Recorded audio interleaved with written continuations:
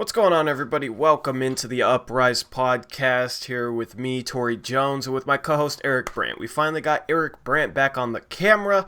Hopefully, this will go smoothly. I don't have a second monitor; he's just on my computer screen. So if you see my cursor flicker across the screen, don't worry about it. So we got picks against the spread, and then we're gonna talk about this Andre Drummond news rumors. This is only going to be like a 30-minute podcast since the Blazers game tips off in like 35 minutes. I've just been working to get all the graphic stuff ready. There's a lot that goes into that, so I've been working on that. And we're going to make this stream pretty fast. So first off, before we get into picks against the spread, you guys can donate to me on Patreon. That can give you a chance to get on the channel. There is all our current patrons. So if you want to be on that screen, there's a link in the description below. Just got to give a shout out to everybody who supports me. So with that being said, let's literally just get straight into our picks against the spread. Now, in the future, I do want the record screen, but I don't have that yet. So Eric, what was our records for on Wednesday? Thanks to Phoenix with the backdoor cover at the end, you were 3-1. Chat was 2-2, and I was 1-3 because I picked the Lakers. Phoenix was, or what was it? The Lakers were favored to win by 11.5 or something like that, and the Lakers were up like 27. And right at the end, Phoenix cut it right down to 10. They were up like 27 in the fourth quarter, and Phoenix cut all the way down to 10 to give me that win, to give you that loss. Yeah, brutal. So that was cool. Overall, you're 77-67. I'm 78-66, so one game ahead of you. Okay. And chat is even 500 at 66-66. Gotcha. So everybody's doing okay. Nobody under 500. Yeah. That's pretty good. So let's get into our first game. We got the Miami Heat versus Orlando Magic. The Heat are at home versus the Magic, and the Heat are favored by 1.5 points. So my pick, I think it's the opposite. I typed what you gave me. So you said Miami negative 1.5. Unless it's different, we can change it. It's at Orlando is what I'm saying. Oh yeah, it's at Orlando. Is it? Oh yeah, it is at Orlando. Yeah, see, that's what I mean. So I got the Heat. Yeah, see, that's why I said. Anyway, I got the Heat as my pick. Heat 1.5 point favorites against the Magic. I don't care where the game's being played. Magic doesn't have a great home court advantage. The Heat are a much better team. I think that's an easy pick with the Heat. Who you got, Eric? I got the Heat as well. Isaac going down knocks out a defender for the Magic. The Heat are the better team. Yeah, for sure. I think that's a pretty easy pick there. And I think chat's rolling with the Heat as well. Everybody's rolling with the Miami Heat. So our second... Clean sweep. So our second game we got here. We got our Portland Trailblazers going on the road to face the Washington Wizards. Now, the Blazers are favored by 6.5 points. I didn't realize that Bradley Beal is out. Davis Bertans is out. And... Who else was out? You said somebody else was out. Rui Hachimura's out. Rui, yep. Wagner's out. Thomas Bryant's out, I believe. Yeah, I didn't realize that Beal was out, so I went with the Wizards. Screw it, I'll go with the Wizards. Blazers are playing so bad, just lost by 24 to the Knicks. I mean, I don't care who's out for the Wizards. I don't care how bad their team is. Portland right now, I feel like, can lose to anybody. I honestly don't think Portland will lose this game at all, considering who's out for the Wizards, but I didn't realize Beal was out. Eric gave me the picks in the spread, and I was like, Portland favored by 6.5. That's crazy high for Portland, given how they're playing. He didn't give me the information that Bradley Beal was out, so he's trying to cheat a little bit here. He's trying to get the upper hand by withholding information from me. I do not withhold any information. I simply give you the point spreads. Gave me the point spreads. That's on you if you just guess without not looking up anything who's playing. Before this stream, I literally was like hardcore churning these graphics out, churning out the transition slides, just pounding away. I didn't have time to check. I'm mad at Eric. Eric's picking the Portland Trailblazers because he knew Bradley Beal was out. I'm not mad. I picked them this morning before I even saw that either. So Yeah, honestly, if they had Beal and Bertans, yeah, I'd definitely be rolling with the Wizards. But I mean, you should write me down for the Blazers because I'm taking the Blazers there. Even though it okay, says, even though I created the graphic before I knew that, that's why I'm going with the Blazers there too. I think chat's probably gonna go with the Blazers as well. Um, we all got right, some going chat. with the Wizards. We got Nope, Wizards. Yeah, I think they're going with chat. the Wizards. For the first time ever, I think chat's voting against the Blazers. I They've don't had blame enough, them. I don't blame them. Frustration. and everyone has witnessed that Tori changed his pick to the Blazers. So don't let him off the hook when he tries to tell me that he No, didn't I'm change it. 100% with the Blazers. You are too, so I, we can lose together or win together. We're good. I'm just teasing you. Anyway, we got the next game, which is boom. We got the Boston Celtics at home. I think the Celtics are at home against the Atlanta Hawks. Yeah. I forget. Normally I put the home team on the left, but I think I put the Celtics on the right. Anyway, so the Celtics are at home against the Atlanta Hawks. They're favored by 10.5 points. I'm rolling with the Celtics. I think 10.5 is a pretty big spread. But then again, the Hawks might be the worst team in the league. And we'll talk about the Hawks later because they might have Andre Drummond soon. That would definitely change things for them. But I'm taking the Celtics here. I think that's a pretty easy pick. Who you got, Eric? I'm taking the Hawks, and full disclosure, Trae Young is supposed to be back tonight, and Kemba Walker is out with the flu. So, this dude's wow, bro, you gotta give me a write up on injuries too. All right, well, hey man, I thought you knew basketball, not you followed stuff. I mean, so. I do follow stuff, but when I have to churn out all this production, anyway, hopefully I get the win. 10.5 is a lot. Like, so. I deserve the win out of karma. Okay, I deserve it. Like, you deserve the loss out of karma. But no, I'm still rolling with the Celtics. The Celtics are still the better team, and they're at home. So I'm rolling with the Celtics. I'm completely fine with Kemba being out or playing.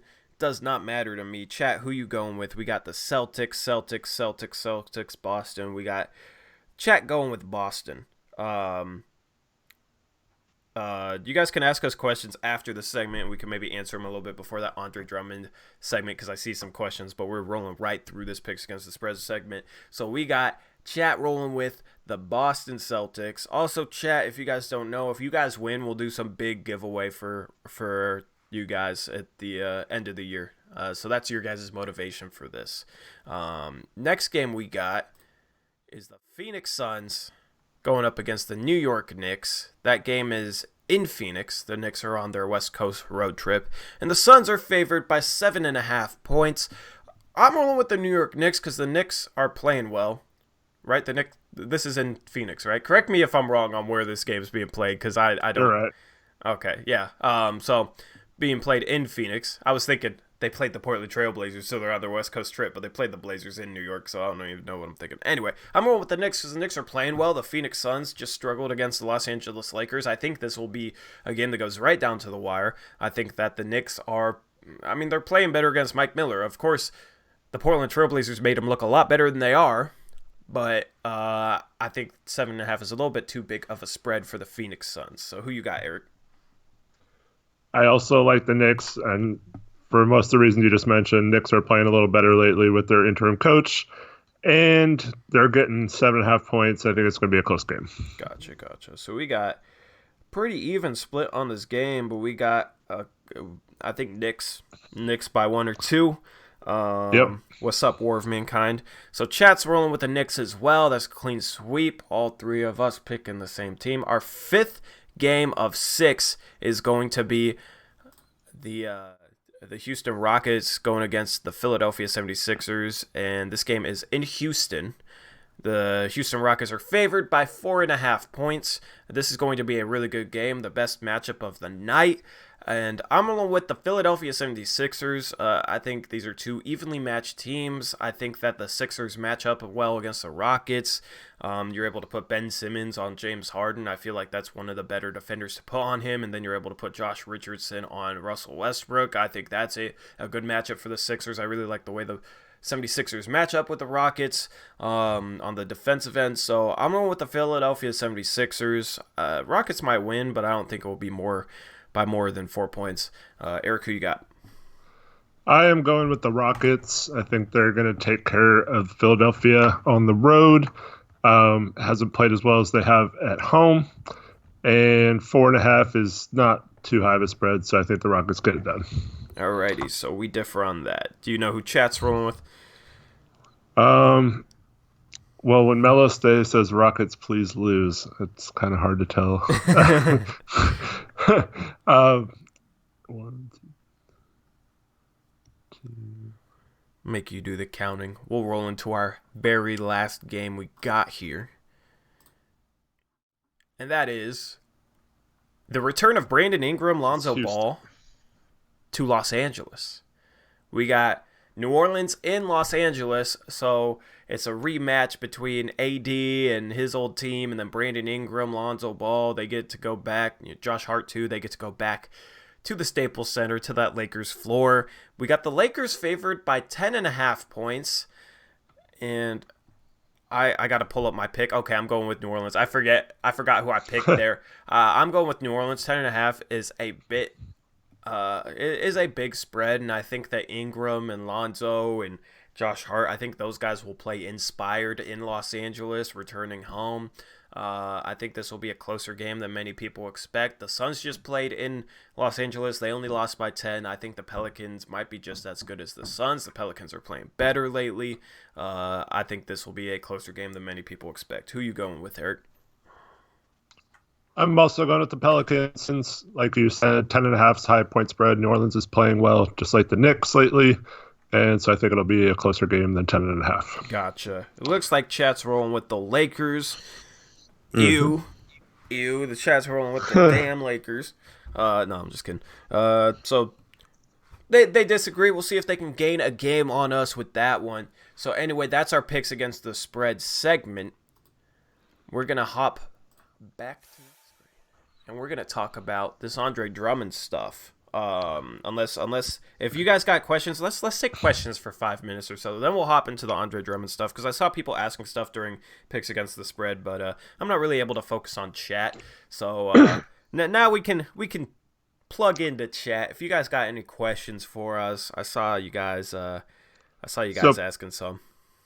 Parker asks, what y'all think about Mark Jackson being hired as coach and firing Terry Stotts? Hell no. Mark Jackson has all the same problems Terry Stotts does.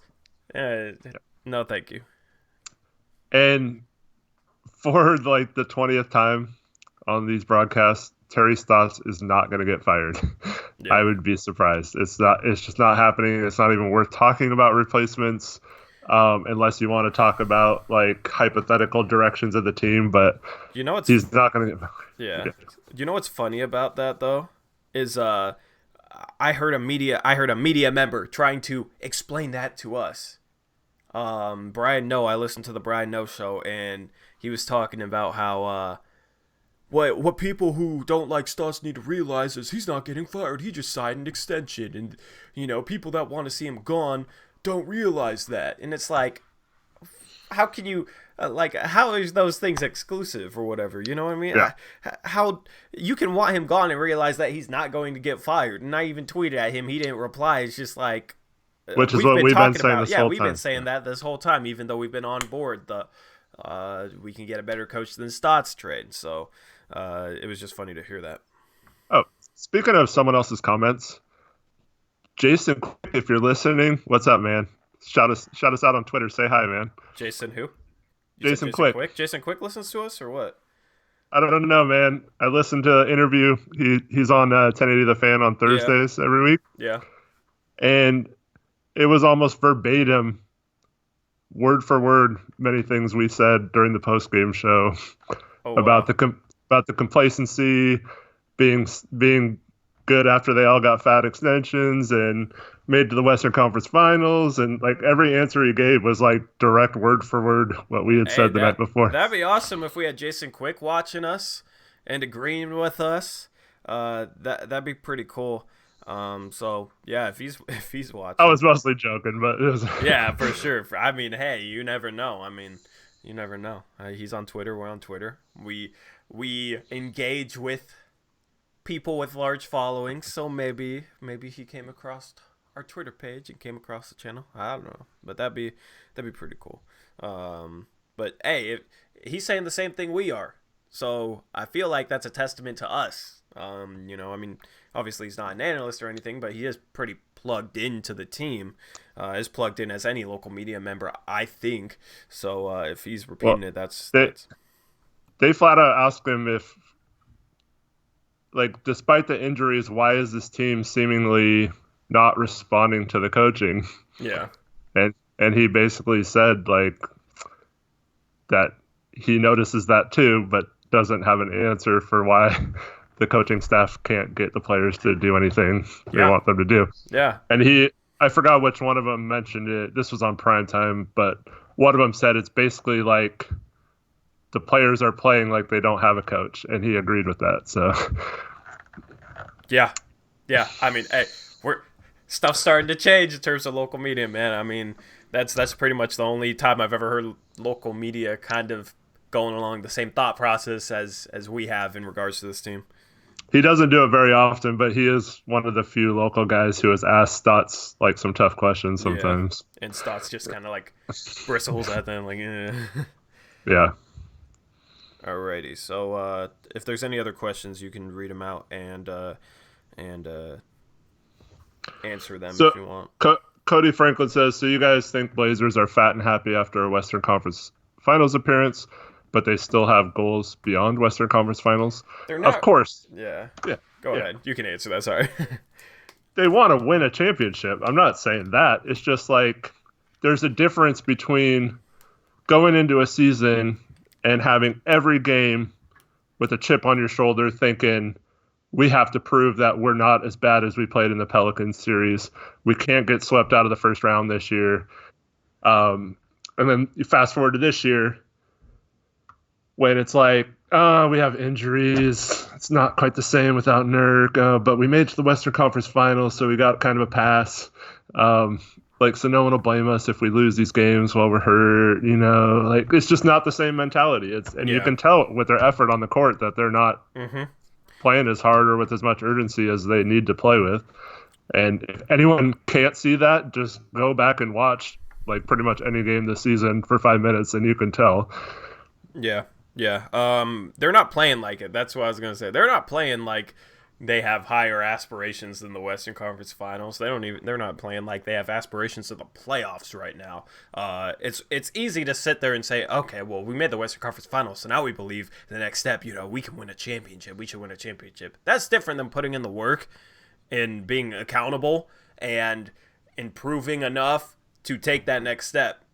Instead, they're regressing. So in terms of their actions speak louder than words, and their actions aren't showing me that. So I don't know. I wouldn't say they're fat and happy. I just don't think I don't know whether it's a mental block, whether it's a problem with the coaching, whether it's leadership. I don't think anybody will disagree that this team is not playing with the sense of urgency that it needs to play with. It's not playing with the level of intensity that it needs to play with, and that's why we're 14-21. So anyway, that's why I disagree with anyone who says we should keep Whiteside or Bazemore either. Because, like, what's the point? Like, it's not like we're doing awesome and going to be on this great playoff run with those guys. So, like, you might as well get something that'll help you either more this year or in the future years. So, exactly. As far as all-star picks, I will make a video based on all-star picks. I'll do that in the future because I saw a couple people mention that. Somebody asked about Dame's shot selection. I think Dame's shot selection is fine. He is having the most efficient season of his career. True shooting percentage around 60, which is great. Especially for a guy who shoots tough shots like Dame does, but he's efficient. If his efficiency was, if he had a true shooting percentage of 54 or 55%, then I'd start to question some of his shot selection this year compared to past years because he's always been pretty efficient. So there's no reason to question Dame's shot selection. He does shoot a bad shot here or there, but he kind of has to given the way the offense is structured. Yeah, and sometimes when Dame shoots those long threes, they're he's trying to catch the defense by surprise, and he can hit a decent percentage of those.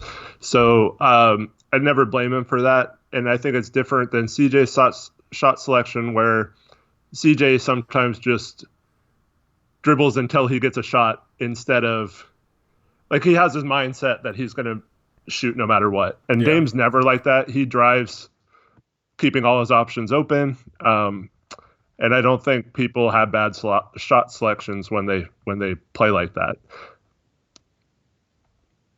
Yeah, I 100% agree. Sorry, I'm drinking the water. I'm trying to stay hydrated. I'm thirsty. I'm also trying to plan a last-minute skee bowl trip. Trying to plan a last-minute skee bowl trip tonight, so that's why I might tune into my phone a little bit. I also got the chat there, so it doesn't mean I'm sitting there texting. But anyway, let's head into the headliner for this podcast. We got Andre Drummond trade rumors, and this is funny because you were telling me, like, Charlotte, watch out, they're going to be in that Andre Drummond race, because I was thinking, okay, if Charlotte's possibly making a playoff run, then maybe that could be a destination for us on Whiteside. They got like a really early second-round pick this year. Maybe that'd be something, and they have expiring contracts too. And it was like, okay, maybe that's how we could get a little something back for Whiteside, because it's hard to find a trade destination for him to a winning team, which is the only type of team that value him as a player. I was thinking, maybe Charlotte, and I know you were kind of on me like, they're going to be going after Andre Drummond. And they could be going after Andre Drummond, but I haven't heard anything about it. I've heard Atlanta instead, which is kind of a team in the same sort of situation, it seems like, a rebuilding team that's trying to take that next step. I think that Atlanta with Drummond might be better than Charlotte with Drummond, just because of the way those pieces would mesh. I mean, if you're looking at a front court with John Collins and Andre Drummond, and then you have Trae Young there and some of the talent they're developing, DeAndre Hunter. That's a good start to a rebuild. They have the possible superstar in Trae Young. I mean, he's putting up superstar numbers right now. The complementary bigs. I mean, that makes a lot of sense going into the future. Now, Andre Drummond, I believe, is a free agent this summer, right? Well, he has a player option for next year. I think it's around $27 million, and he's already came out and announced that he will decline that option. Yeah. I mean, I don't know if that was just like gamesmanship, so he gets traded. I'm not surprised. But, I mean, he'll make a max contract, so no reason not to. And then forgot who this was, but someone asked why a team like Atlanta would even be interested in trading and giving up assets for a guy like Drummond when they have a huge amount of cap space this summer to just sign him. And there's two reasons for that, in my opinion. One is you get a kind of a look at your team and how he plays with your team. You can get him acquainted to your system and then not have to worry about those kind of issues going into next season. Plus, if he likes it there, he's more apt to re-sign. And then the main reason, though, is if you have full bird rights to a player, you can sign him for that extra fifth year and for more money per year with higher raises. So that gives them an advantage of re-signing him to a max contract versus him signing with them as a free agent if he was still on Detroit, because they couldn't offer him as much money. It's definitely a risk depending on what they're giving up, but it'll be interesting to see the trade package that lands Andre Drummond. I heard a rumor of what the offer was. Brooklyn Nets 2020 first round pick along with expiring contracts. Yep. Yeah, you're probably talking about like Chandler Parsons to match salary, and he'd probably get bought out by Detroit. I assume it'd be more assets than that. I also heard there would be more assets on top of that. They're not going to land Andre Drummond for just a first-round pick and an expiring contract. If that was the case, I'd say maybe Portland should trade a first-round pick and an expiring contract, because that's an insane value to get for a guy who's that good. I don't know if they'll get much more than that, though, because if he could just bounce in the offseason, so they get nothing in that case. I mean, yes and no. I mean, Atlanta, it's a calculated risk, you know what I mean? And there's just no point for Detroit to even trade him if that's all they're getting back. That's the 17th pick in next year's draft for a guy who's a top 3 center in the league right now. Andre Drummond's playing great. Maybe he's not top 3, maybe he's definitely top 5 though. That's not I think Atlanta would have to trade one of their wings. Detroit is kind of thin on young, promising wings. The only one they got is Luke Kennard. So if you could get maybe a Cameron Reddish, who hasn't looked good at all this season, but still, hypothetically has long-term potential, or maybe you can talk him into Kevin Huerter, but I don't know if they'd want to do that. I think you'd need a prospect back or or at least one more first-round pick on top of that, maybe another. I think if Atlanta traded their own first-round pick this year, then they could probably land Drummond. Right. If it was like top 3, top 4 protected or whatever. I think that would be a pretty good trade package. Well, if you look at it, so the other 3 teams mentioned were Mavs, Celtics, and Raptors as being interested. Mm-hmm. The Raptors have some stuff they could trade probably. If they could probably beat that package of a first-round pick.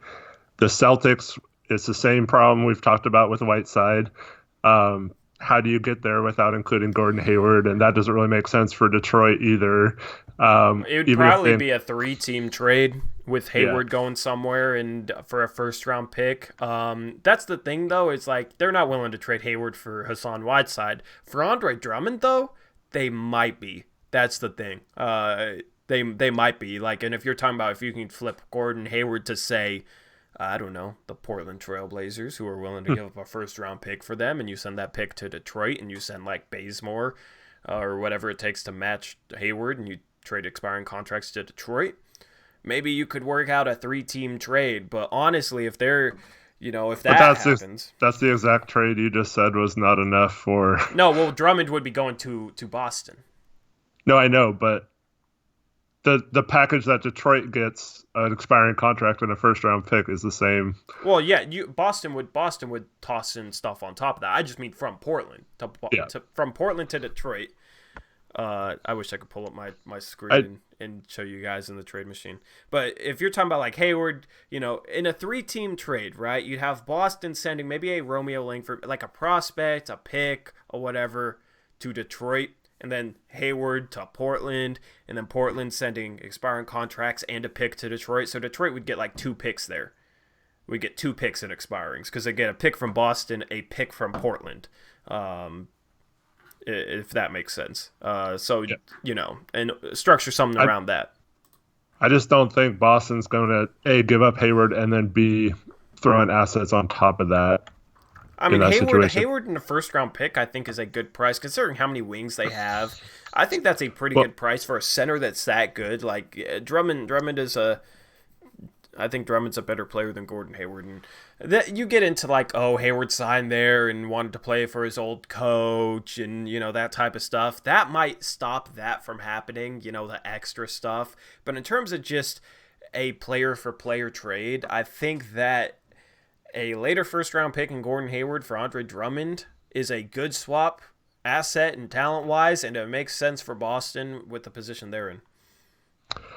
I follow a Boston reporter on Twitter, mm-hmm. and he vehemently disagrees that Boston needs an upgrade at big man, and he always posts all these stats about how well their bigs are doing and that they don't need an upgrade there. So if Boston thinks more like him, then they definitely won't be giving up anything for Drummond. If they think like most people from the outside, then they definitely probably would consider that. But yeah, I don't know. Yeah. I mean, it'll be interesting to see. I mean, it's all speculation anyway. Dallas makes a ton of sense. From a fit standpoint, just that would be a huge upgrade at center, and they are looking good this year. But I don't think they have the assets to get it done. They don't have the picks, and they don't really have young players either. So I mean, of course they're interested, but man, if Boston is interested in Drummond and willing to trade Hayward for him, that opens up a potential trade target that we haven't thought was gettable. That's why I kind of want that to be a possibility, because Gordon Hayward in Portland would be intriguing. I forget how old he is. Let me look up his age right now. I got you. He's 29 years old. 29. So right in the age. Yeah, 29 years old. Turns 30 in March. So he is a little bit older, but I mean, He's right in that Dame CJ window. yeah, he's right in that window. He'd be a good compliment. He's a solid defender, about average. Provides you some playmaking, provides you some shooting, and fits in the culture. You know what I mean? And that's a guy who could help you win the next couple of seasons. You wouldn't. I don't know if you'd be making that trade for this year, given how bad they're doing. But next year, I mean, you got Gordon Hayward, you got Dame, you got CJ. Maybe you have a lottery pick. Maybe you make a trade based around the lottery pick. Maybe you go get an Otto Porter Jr. To play power forward next to Hayward somehow. I mean, obviously, like the salaries, that would be tough to work out. I'm just kind of spitballing here. Like Gordon Hayward would be a big upgrade. You'd bring Rodney Hood off the bench next year, so the bench would be better. You'd have Collins back, Nurkic back next year. I think that'd be a really good team if you could add Gordon Hayward to that. So maybe I'd be willing to give up a pick, a lottery protected pick. For Gordon Hayward, and maybe a little bit something more. I don't really know. But there would be multiple suitors out there for Gordon Hayward at the same time, so we'd probably have to get a little more than that. I'm just kind of thinking off the top here. That could be something very, very interesting. So Gordon Hayward does have a player option for next year of $34 million, which I expect him to. I'm guessing he'll pick that up. Yep. Although I would have never thought Harrison Barnes would decline his option, and that's true. But I think he knew he was going to get overpaid by Sacramento. Right. God, $20 million a year. That's crazy. Is that 25? It might be 25. I don't know. Sacramento overpaid everybody this summer. That was such a ridiculous contract. But Randall Pink Floyd says no trade should be based on this this season. Everything to focus on 2020, 2021, and I agree. For a team like Portland, you got to look towards the future. You can't sell out for the present when the present's looking kind of bleak this year. So I agree with that. I'll have to look in the trade machine, but I was working on some deals for Rose and Snell earlier, and so if obviously Detroit and Boston would be the other two players in this, or the other two teams in this trade. So you could actually increase it to give Detroit both Bazemore and Whiteside, and then get back guys like Snell and Rose and Gordon Hayward. So we have basically a bunch of guys who would probably be on the team next year. Yeah, that could be interesting. And then you have a bench of like Rose and Snell and Hood and those guys with the starting lineup of Gordon Hayward, Dame CJ, Nurk, and Collins. That's pretty dang good. Yeah. I have a hard time coming up with a better realistic option than that. Portland just needs to be creative. Portland needs to be creative. Olshey needs to be creative. He will have opportunities this season. Honestly, what he does at the trade deadline this year will help me finally make up my mind on Neil Olshey, because I couldn't stand Neil Olshey like the past 3 years. This past summer, I still think he had a really good summer. He made some really good moves, and that kind of swung my view of Olshey back to like in favor of him. I still don't like the way he kind of like talks down and is condescending towards the fans, but I have a pretty like in the middle like split view on Olshey, leaning towards positive right now. But if he doesn't make a move at the deadline, I will be on the Olshey sucks train for the rest of my life. Like we get a new GM, because that would be the worst case scenario, and it should be obvious that it'd be the worst case scenario. And he will have opportunities out there to make something happen, even if it's getting Gorgie Jang's bad 2-year contract and like multiple second-round picks. Like that's better than just keeping Hassan Whiteside, in my opinion. They're not going to be able to trade to chase cap space. They're not going to be able to sign anybody, and they're not going to have enough cap space even if they let everybody expire. So what Neil Olshey does this season will finally help me make up my mind on him as a GM. I don't know if you agree with that. I don't know if you're the same way, but yeah. So I've actually always liked Olshey until the crab exception went unused, and I was so mad because the whole year I was just thinking of scenarios how we could take on salary and improve our draft positioning or improve some assets and all that kind of stuff. Yeah. But then he went out last year and I thought made Great trade to bring in Hood, and then talking Cantor into signing here, mostly based on his goodwill from signing him to that max contract to begin with. So it was starting to pay off, like some of the favors he did, some of the free agents he had gone after in the past, who are now becoming free agents again, and who maybe regretted not signing with Portland the first time. So I'm still hopeful that he will be able to fix things. And that's one of the reasons why I liked the trades over the summer, was we weren't stuck with anyone. Yeah. So, like, if Whiteside wasn't working out or he was terrible, we could trade him. And he's actually been better than I think any of us could have possibly hoped for, considering how much people bashed him over the summer. Yes, he has major flaws in his game, but like, he's a serviceable big man while we have our guy injured. But like, you have the ability to trade him now that Nurk's almost back. Same with Bazemore. You're not stuck with his deal like for multiple years, so you can trade him if you need to, and you might have to include assets to get someone good for those guys, but like, we're in a position to do that, and we can help this team next year. And I talked about this last live stream, but it'd be dumb to trade for guys like Iguodala or Gallinari, people like that who are free agents this summer that aren't likely to be with the team next year. We might as well just go after guys that have an extra year on their contract. Yeah. And that can help us in future years. And if we don't do that, we basically have $12 million in cap space this summer, and we can make trades and have the full mid-level exception still, and that's almost $10 million. So you're not really talking about that big of a difference of player from the full mid-level exception to having a full array of cap space and not having the mid-level exception. I'll have to create something graphically to like showcase that, because it's like, it's not the easiest thing to explain or understand. Right. But like, graphically, I could create something in the future. I probably will, leading up to the trade deadline. But that's going to be a wrap for this podcast, because this Blazer game tips off in about 5 minutes or so. Mm-hmm. And just a little bit before the game, I'm going to go to Black Rock. I don't know what the post-game stream is going to be like tonight. It's definitely going to be shorter. I'm going to Ski Bowl. I'm leaving around 8, maybe a little bit earlier, because now apparently I have to pick people up. So, post-game stream, I mean, we'll go live around 6:30, and then probably go till 7:30 or so, maybe 7:15, somewhere around there.